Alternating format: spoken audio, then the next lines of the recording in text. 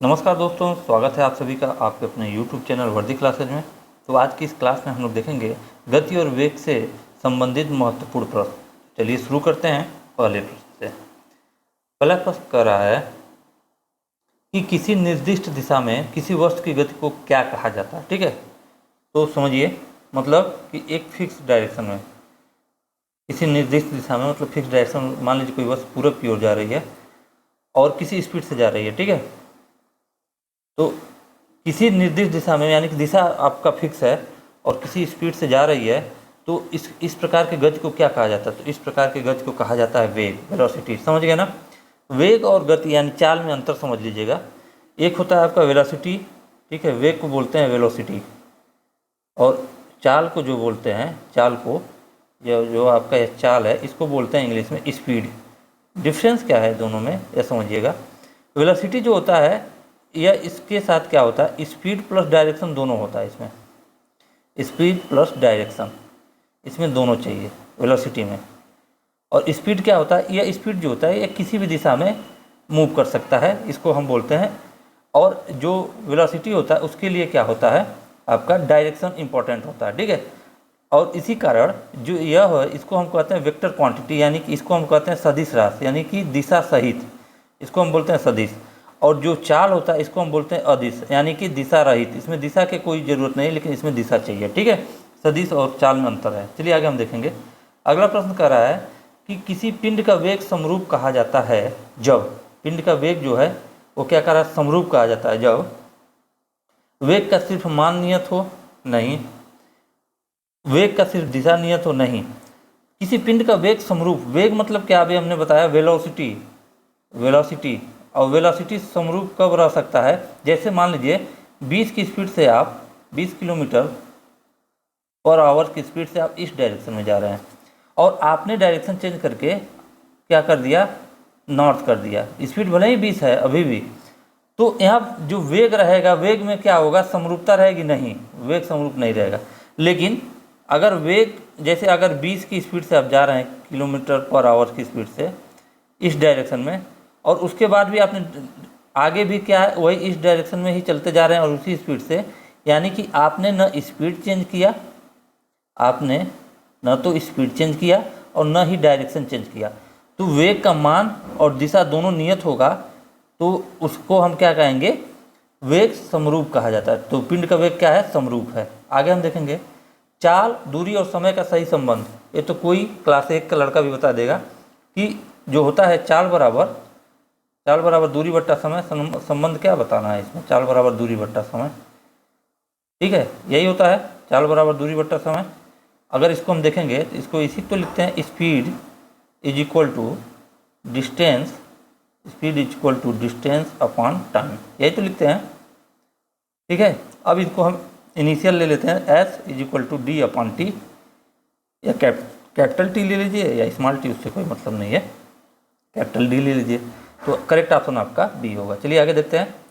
तात्कालिक वेग और औसत वेग तब बराबर होते हैं जब वस्तु, ठीक है, जब वस्तु क्या होता है कि एक समान त्वरण में हो, गलत है। एक वृत्त में चल रहा हो, गलत है। अगर वस्तु में परिवर्तित त्वरण हो, ये भी गलत है। वस्तु में शून्य त्वरण। अब एक से समझिएगा, तात्कालिक वेग और औसत वेग तब बराबर होते हैं जब वस्तु में शून्य त्वरण हो, यानी कि वेग परिवर्तन की दर जीरो। त्वरण क्या बोलते हैं, जो एक्सीलरेशन जो होता है, यह क्या होता है, वेग परिवर्तन की दर होता है ना, वेग परिवर्तन की दर को ही तो बोलते हैं, यानी वेग परिवर्तन अपान समय अंतराल, समय अंतराल, यही तो होता है। तो जो एक्सीलरेशन, अगर वेग परिवर्तन में क्या है, आपका त्वरण में कोई परिवर्तन, चेंजेस नहीं आ रहा है, तो क्या होगा, तात्कालिक वेग और औसत वेग बराबर होंगे और वस्तु क्या होगा, उसमें शून्य त्वरण हो, उस कंडीशन में। आगे हम बात करेंगे, किसी पिंड का विस्थापन समय के समानुपाती पाया जाता है। ठीक है, कोई पिंड है, कोई बॉडी है, कोई कुछ भी ले लीजिए, कार है, बाइसिकल है, कह रहा है कि यह जो किसी पिंड का जो विस्थापन है समय के समानुपाती पाया जाता है। तो पिंड, अब इसको देखिए, तो पिंड क्या होगा, जो पिंड का वेग होगा समरूप होगा, कहने का मतलब समझ गए। पिंड का जो विस्थापन है, यानी इसको हम डी से डिनोट करते हैं, डिस्प्लेसमेंट, और समय के समानुपाती पाया जाता है, यानी प्रोपोर्शनल टू टाइम। जो डिस्प्लेसमेंट है प्रोपोर्शनल टू टाइम, तो पिंड का जो वेग होगा यानी वेलोसिटी क्या होगा, समरूप होगा यानी एक समान होगा, इसलिए करेक्ट ऑप्शन आपका ए होगा।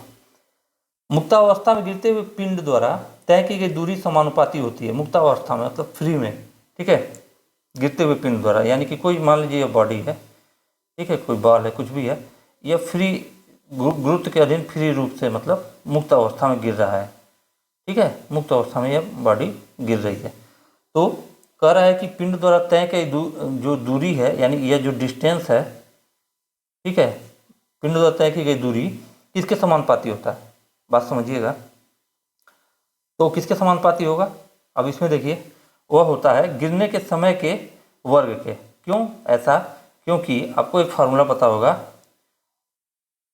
आपका दूरी का जो होता है S is equal to ut। अब चूंकि मुक्तावस्था में गिर रहा है यानी अंडर ग्रेविटेशन है, तो हाफ AT स्क्वायर लिखेंगे। तो एक जगह जो यहाँ गुरुत्वाकर्षण क्या होता है, जब वस्तु ऊपर से नीचे गिरता है तो वहाँ एक जगह जो त्वरण होता है G, गुरुत्वीय त्वरण लगता है। इनिशियल जब स्टार्ट किए होंगे तो u का वैल्यू 0 रहा होगा, तो S is equal to 0 into T 0 हो गया, हाफ GT स्क्वायर। अब देखिए यह 1/2 और G का मान तो कांस्टेंट है, ठीक है, ये जब कांस्टेंट है तो यह किसके समानुपाती हो रहा है, यानी कि ये जो दूरी है किसके समानुपाती हो रहा है, समय के ना, समय के वर्ग के। तो गिरने के समय का वर्ग किसके समानुपाती होगा, पिंड द्वारा तय की गई दूरी के। कैसे हो गया ये आप लोग समझ लीजिए। चलिए अगला प्रश्न देखते हैं। 7.5 की ग्रह नहीं 7.5 नहीं 5 की ग्रह का वस्तु है, यह क्वेश्चन नंबर 7 है।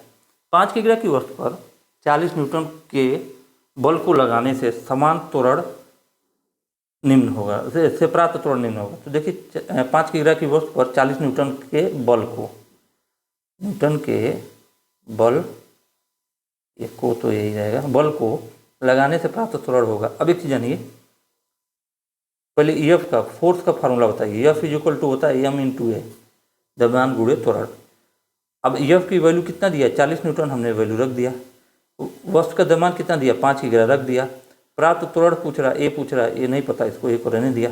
5 से काटेंगे 5 है 40, तो ए बराबर क्या हो जाएगा 8 मीटर, ठीक है, प्रति सेकेंड स्क्वायर। देखिए दोनों में मीटर सेकेंड दे दिया, एक में किसी में मीटर सेकेंड प्रति सेकेंड स्क्वायर कर लीजिए। तो जो त्वरण होगा 8 कौन सा हो जाएगा, 8वें का ए ले लीजिए, मीटर प्रति सेकेंड स्क्वायर। समझ गए ना, ये त्वरण का फॉर्मूला होता है। एक भीड़ भाड़ वाली सड़क पर एक बस की गति एक उदाहरण है। देखिए मान लीजिए कोई बस है, कोई गाड़ी है, ठीक है, इसके पहिया लगा दिया हमने, ये गाड़ी चल रही है, भीड़ भाड़ वाली जगह है, ठीक है, भीड़ भाड़ वाली जगह है। तो जब भीड़ भाड़ वाली जगह है तो कभी यह स्पीड मान लीजिए 20 की स्पीड में जाएगा, कभी ज़्यादा भीड़ हुआ तो 10 की स्पीड में, कभी रोड खाली हुआ तो 40 की स्पीड में। यानी कि इसका जो आपके गति कर सकते हैं, वेलोसिटी कर सकते हैं, या स्पीड कुछ भी कहें, वो क्या होगा, असमान होगा, कभी ज़्यादा कभी कम। तो इसलिए इसके ऑप्शन जो करेक्ट होगा ए। यदि वेग समय ग्राफ समय अक्ष के समांतर हो, यदि वेग समय ग्राफ, मान लीजिए यही एक ग्राफ है, ठीक है, यदि वेग समय ग्राफ समय अक्ष के समांतर, मान लीजिए ये आपका समय को शो कर रहा है और ये आपका वेग वेलोसिटी को शो कर रहा है और ये इसके समांतर कर दिया हमने, तो इसका मतलब क्या है, इसका मतलब क्या है, तो इसका मतलब यह है कि जो वस्तु है या जो वस्तु है, जो बॉडी है, वो आपकी नियत वेग से चल रही है, इसलिए ऑप्शन ए क्या होगा, करेक्ट होगा। चलिए आगे देखते हैं। नीचे दिए गए वेग समय ग्राफ का कौन सा भाग शून्य त्वरण को प्रदर्शित करता है। इसमें जो इमेज नहीं है इसलिए क्वेश्चन मतलब कैंसिल करता हूँ, क्योंकि इसमें जब तक इमेज नहीं देगा तब तक आप इमेज देखे बिना कैसे आंसर टिक करेंगे। आगे देखिए, गति का दूसरा समीकरण और समय के बीच संबंध देता है। जो गति का दूसरा समीकरण है और समय है, उसके बीच जो संबंध क्या बताता है, वह बताता है वस्तु की स्थिति को। इसलिए 11 बराबर 11 क्वेश्चन ऑप्शन जो होगा डी करेक्ट होगा। निम्न में से कौन सी मात्रा चाल के साथ इसकी गति निर्दिष्ट करती है। कौन सी मात्रा, बात समझिएगा, बहुत ही चर्चा हुआ कि मतलब इसमें स्पीड भी है और उसकी गति को इंगित कर रही है, मतलब डायरेक्शन को भी ये बता रहा है। तो स्पीड प्लस डायरेक्शन दोनों है, और स्पीड प्लस डायरेक्शन दोनों है, और यह किस में होता है, यह होता है आपका वेग में, वेलोसिटी में, इसलिए करेक्ट ऑप्शन आपका सी होगा। एक निश्चित दिशा में बढ़ रही वस्तु की गति को वैज्ञानिक शब्दावली में किस पद के रूप में जाना जाता है? ठीक है, किस पद के रूप में जाना जाता है? एक निश्चित दिशा में बढ़ रही वस्तु की गति को, जो चाल है, ठीक है, ये आपका चाल है और यह डायरेक्शन निश्चित है, यानी मान लीजिए इस डायरेक्शन में जा रहा है, यह बढ़ता जा रहा है, मतलब ठीक है, एक समान स्पीड से मतलब बढ़ रहा है निश्चित दिशा में। तो इसको किस रूप में जानते हैं? आपको पता है कि जो आपका होता है, ये किसको कहते हैं? गति को। ठीक है, गति जो होता है वेलोसिटी, ठीक है, क्योंकि गति जो होता है वह चाल परिवर्तन की दर को ही गति कहते हैं एक निश्चित दिशा में। तो चाल परिवर्तन की दर को ही क्या कहते हैं? चाल परिवर्तन की दर को, चाल परिवर्तन अपन समय अंतराल, इसी को हम क्या कहते हैं? वेलोसिटी या वेग।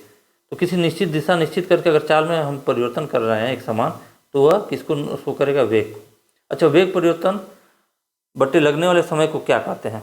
देखिए, वेग परिवर्तन और लगने वाले समय को, तो उसको हम कहते हैं त्वरण। त्वरण जो होता है, त्वरण, उसको हम बोलते हैं त्वरण। वेग परिवर्तन की दर, लगने वाला समय मतलब दर, तो त्वरण को क्या कहते हैं? वेग परिवर्तन की दर को हम त्वरण कहते हैं। इसलिए ऑप्शन आपका कौन सा करेक्ट होगा? 14 का सी। चलिए अगला प्रश्न देखते हैं। एक समान तल वाली सीधी सड़क पर नियत त्वरण पर दौड़ने वाली कार के संबंध में इनमें से कौन सा कथन सत्य है? क्या सत्य है कथन? देखिए 15 का, तो इसमें क्या होगा कि अगर त्वरण समान है, त्वरण समान है, समझ गए ना, एक नियत त्वरण पर चल रहा है सीधी सड़क पर, तो कार का वेग क्या हो रहा है? निरंतर बदल रहा है। इसलिए आप 15 का जो ऑप्शन आपका होगा करेक्ट ऑप्शन डी। आगे हम बात करें, जब कोई वस्तु एक समान गति से गति कर रही हो तो इसका त्वरण क्या होगा? जब कोई वस्तु एक समान गति से गति कर रही हो तो उसका त्वरण क्या होगा? जब समान गति से कर रही, अभी देखिए त्वरण बराबर क्या होता है? वेग परिवर्तन की दर होता है। त्वरण बराबर क्या होता है? वेग परिवर्तन की दर, यही तो त्वरण होता है। हाँ, वेग परिवर्तन की दर या वेग परिवर्तन अपन समय अंतराल कर सकते हैं, समय अंतराल। तो वेग परिवर्तन की दर को त्वरण कहते हैं। अब एक समान गति से चल रही तो वेग में परिवर्तन हो नहीं रहा है, और जब वेग में परिवर्तन नहीं हो रहा है तो त्वरण क्या हो जाएगा? त्वरण शून्य हो जाएगा। ठीक है, क्या हो जाएगा? त्वरण शून्य होगा। क्यों? क्योंकि वेग परिवर्तन आपका है 0, और 0 में किसी भी संख्या से आप भाग देते हैं, किसी भी नंबर से आप भाग देंगे, वैल्यू आपकी 0 ही आती है। चलिए आगे देखेंगे। डॉट डॉट डॉट डॉट का उपयोग एक वस्तु की समग्र गति का वर्णन करने और किसी दिए गए समय पर इसकी प्रारंभिक स्थिति के संदर्भ में अंतिम स्थिति का पता लगाने के लिए किया जाता है। क्या है वह? का उपयोग एक वस्तु की समग्र गति का वर्णन और किसी दिए गए समय पर इसकी प्रारंभिक स्थिति और संदर्भ में अंतिम स्थिति का पता लगाने। अब सुनिएगा, मान लीजिए यह कोई पॉइंट ए है और यह कोई पॉइंट आपका मान लीजिए सी है। ठीक है, कोई वस्तु ऐसे गई, ठीक है, और फिर ऐसे घूम गई। अब मान लीजिए इसको कोई पॉइंट बी है, मान लीजिए यह डिस्टेंस क्या है? 3 किलोमीटर चली, यह डिस्टेंस 4 किलोमीटर चली।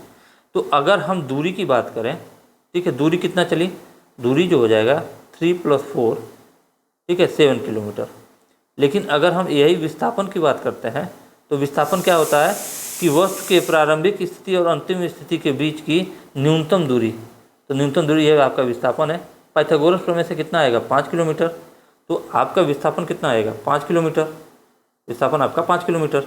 तो यह किसको किसको शो कर रहा है? दूरी और विस्थापन को। इसलिए करेक्ट ऑप्शन आपका सी। तो वस्तु की अंतिम स्थिति का पता लगाने के लिए विस्थापन को, और वस्तु की समग्र गति का वर्णन करने के लिए क्या होगा? दूरी को। चलिए आगे हम बात करें। वेग और समय का गुणनफल प्रदान करता है। वेग और समय का गुणनफल, ठीक है, वेग और समय का, यानी v × t। कलर चेंज करते हैं, देखिए v × t किसको शो करता है? अब एक चीज बताइए, 18 का बताइए। v × t किसको शो करेगा? दूरी को तो शो नहीं करेगा, डिस्टेंस को। गति को शो नहीं करेगा, गति तो खुदे भी है। संवेग जो होता है p = m × v, मास × वेलोसिटी होता है, इसको तो शो नहीं करेगा। तो शो करेगा किसको? बचा हुआ विस्थापन को। इसलिए करेक्ट ऑप्शन आपका भी होगा। यदि किसी वस्तु द्वारा तय की गई दूरी 0 है तो वस्तु का विस्थापन कितना होगा?